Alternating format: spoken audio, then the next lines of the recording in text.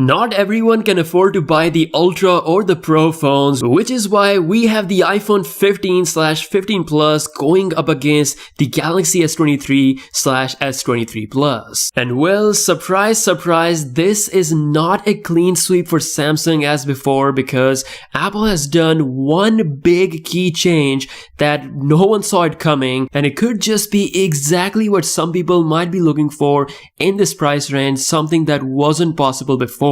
As always, we're going to start with the pricing and value, so this is where Samsung wins pretty easily because you actually get a handsome discount of $100 on both S23 and S23 Plus, so that's $100 cheaper than the price for the iPhone 15 and the 15 Plus. So right off the bat, Samsung has made a pretty healthy key pricing difference compared to the new iPhones. In terms of design and colors, both have wonderful options and both are beautifully premium looking phones. Hands down, one of the best looking phones in this price range. Again, it's gonna come down to personal preference, which one you prefer in terms of the look. Speaking of the looks, if you look closer, you can clearly see that Samsung still offers more lenses, more cameras on the back than the iPhone 15/15 Plus, so you still essentially get more of a complete camera experience.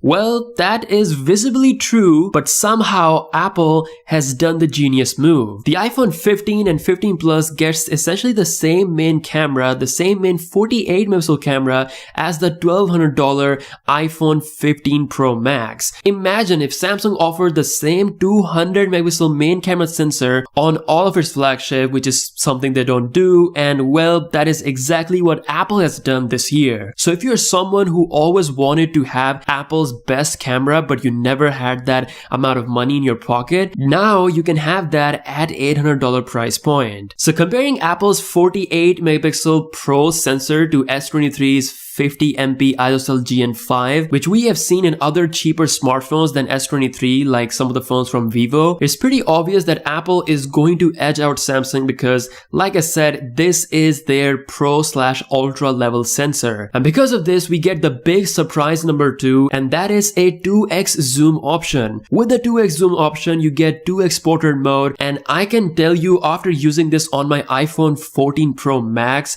on various trips, this 2x crop of this 48 megapixel resolution is almost optical quality. It's probably one of the best digital zoom in the industry. So while Samsung has an actual 3x optical zoom on the S23, I think Apple is taking care of this difference just fine while offering a Pro Ultra level main camera sensor. Especially at this price, it is definitely a big surprise move by Apple. Now this also translates to video performance as well. I think overall they're pretty close, but Apple, for me, in my personal experience, even when we are talking about Ultras and Pros, I have seen more of a consistent video performance on iPhone side, although Samsung is pretty close as well. With all of that said, there is a big catch. When it comes to display, Apple brought the dynamic island design along with a 2000 nits bright screen, which is brighter than S23 and S23 Plus, but it is a 60Hz panel, and that is something that makes the iPhone 15 and 15 Plus dead on arrival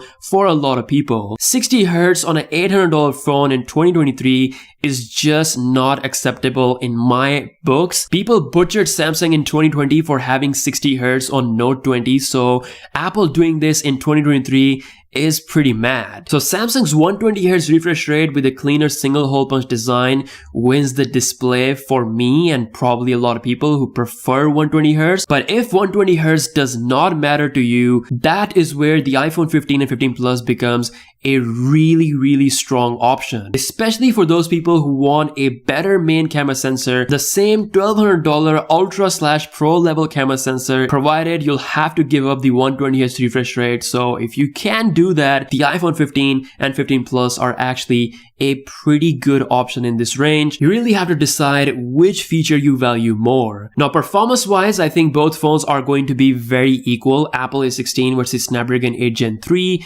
I think Samsung has done a great job with the performance along with the software, and I can say the same thing about Apple with iOS 17, plus they both offer pretty healthy longevity period. Now battery wise, with that 60Hz display, we're going to see a better battery life experience on the iPhone 15/15 Plus, as we have seen with last year's iPhone 14 Plus. For those who can bear the torture of 60 Hz, it's like running the display on low power mode all the time. It's gonna take less power than S23's 120 Hz refresh rate, so obviously you're gonna see better battery life on the iPhone 14/14 Plus. With that being said, S23 and S23 Plus are also pretty good battery wise, with 4 to 6 hours of screen on time with 120 Hz. So if you do go for high refresh rate, you're still going to get a good battery life. And let's not forget, the USB-C on Samsung has brain cells, meaning you are getting faster charging on the S23 and S23 Plus, as well as faster data transfer speeds, something you don't get on the iPhone 15 and 15 Plus's USB-C 2.0. So there we go. As collective features, and if you consider the price that I told you in the beginning of the video, in most markets Samsung is giving a discount, so